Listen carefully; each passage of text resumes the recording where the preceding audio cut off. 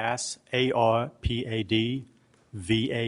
I think I can make not logical, but I can make a conclusion. It's just another corroboration of what my nose tells me is correct. Did you do any other instrumental examinations of the carpet piece? Significant ones? I don't think I would call any. We don't know where the source is. It could have been from decomposition or it could have been from gasoline. Is there a specific established chemical odor signature for human decomposition? A clear and specific one to human decomposition only? I do not think so. You are not a chemist. Correct. You're not an analytical chemist. Correct. You're not a biochemist. Correct. And therefore, you really can't testify as to the chemistry and the makeup of things of which you have no experience, correct? Well, if I've never looked at something, yeah, I suppose that's true to a certain extent, yes. But you do not list what you got your PhD in. Could you tell the ladies and gentlemen of the jury what you got your PhD in? Anthropology. Now, that was during the Fry hearings. That wasn't a mission that you pointed out to me that I recognized, and I sent an updated one to Mr. Ashton. So it's your testimony that there is quality control that you utilized in this case? Yes, we ran standards. And is there anything in writing that you have that shows that proper steps were taken to avoid contamination in this case? What type of contamination are you referring to? We're dealing with chemicals, are we not? Sure. Volatile chemicals. Yeah, yes. And there could be a contamination issue if you have a certain item in a certain location that might be contaminated. Are you saying the instrument's contaminated or the sample is contaminated? Either one. Do you have anything in writing for this case of steps you took to prevent any type of contamination? Well, I think in the bench notes that Dr. Wise wrote, I believe, he wrote down that, blanks were on the machine, was calibrated, things of that nature. We were looking to see plus or minus, are these compounds present, are they not present, and then give a rough idea of abundance, which means are they big, are they little, trace, things of that nature. Yeah. Yes, I think that initial error was because we took 2 samples out of 1 car, and I just mistakenly put down 3 instead of 2. As you're doing all these things, you take notes, do you not? Sometimes I do, sometimes I do not. Now, you don't know the history of these cars that were at the junkyard. Correct. And you don't know the history of the car in Florida. Correct. Now, you've never done studies on what's in carpet. No, have not. In fact, you have absolutely no experience as to what the chemical breakdown is of carpet. Correct. You cannot account for it, but you can make an assumption based on properties of diffusion as well as the quantities of air that have been compared.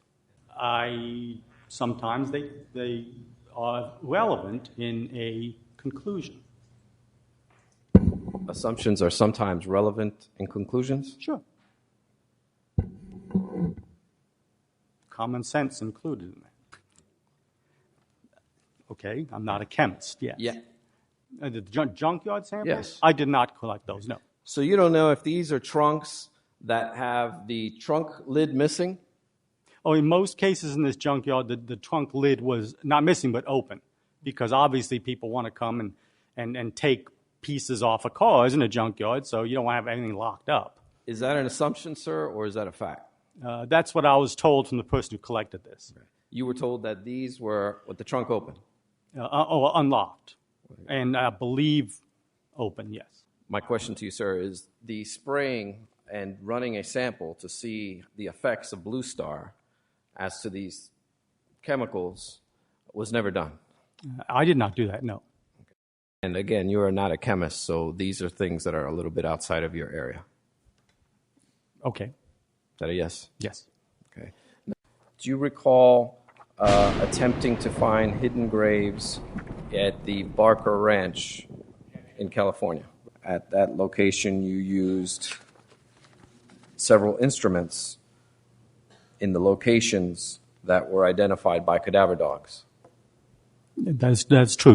Dr. Vass, in 2008, March of 2008, you were asked to analyze some soil samples for the Barker Ranch. Is that correct? Yes. And what happened was you were sent these soil samples, Correct. and they were analyzed using a gas chromatograph mass spectrometer. Yes. And what your initial findings were that they were consistent with a decompositional event. Yes. And subsequent to that, you went back and you actually went on a trip to the actual site. Correct. At that location, you used several instruments in the locations that were identified by cadaver dogs. That's true, yes. And including the GCMS, you also used a magnetometer. I personally did not, but a magnetometer and a ground-penetrating radar device was utilized, yes. That, in conjunction with your findings, an excavation ensued. A exploratory excavation ensued. That is correct. And you dug and did not find any bodies at the location that you dug. At the depth we dug, we did not find anything. Now, I'd like to talk to you about another topic, sir. Can you tell the ladies and gentlemen of the jury what divining rods are?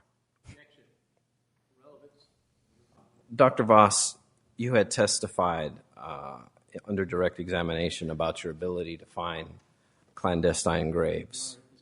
Do you know what divining rods are, sir? Yes. Okay.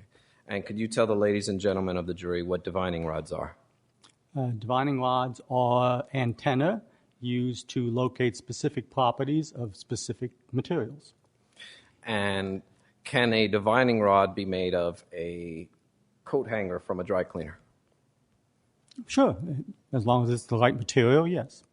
And have you taught on this subject to use coat hangers to find hidden graves? Absolutely. It's a hobby of mine, just like stamp collecting, coin collecting, and it teaches wonderful scientific principles.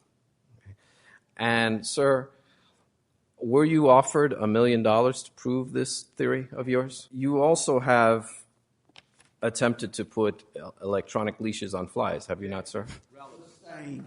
The first time that you have given this type of testimony in a court of law, isn't that correct? Yes. In the entire world, the only person that you think agrees with your findings is this gentleman in Greece. Testified under direct examination that the smell of human decomposition is unique. To me, it is, yes. Do you recall making a statement, sir, to the Knoxville News on December 14th, 2008, that the smell of human decomposition smells like a potato gone bad, that it is sickly sweet, it doesn't smell like a swamp or a rotten egg smell. If you ever had a potato go bad in your cupboard, that's a horrendous smell. That's very similar to human decomposition. It's amazingly similar. I believe I made that statement, yes. You're not a member of the American Academy of Forensic Sciences, are you, sir? No, not currently. And in fact, you're not a member of the American Board of Anthropology? Objection, relevance. Overruled. No. And you are not a member of any professional organizations that would govern its members, are you, sir? No, and my background is so diverse, I wouldn't even know which one to possibly join. Because, of course, your ideas are so unique. I'm being paid to be creative and think outside the box. I don't even know what the box is. Dr. Vass, yesterday you mistakenly admitted the wrong piece of evidence in this case. Apparently, yes. And this was after reading the label on the can that you were handed to by Mr. Ashton. Yes. You're not accustomed to handling evidence, are you, sir? I'll let him answer that question overall. No, we're not a forensic lab, so we don't handle evidence all that frequently, no.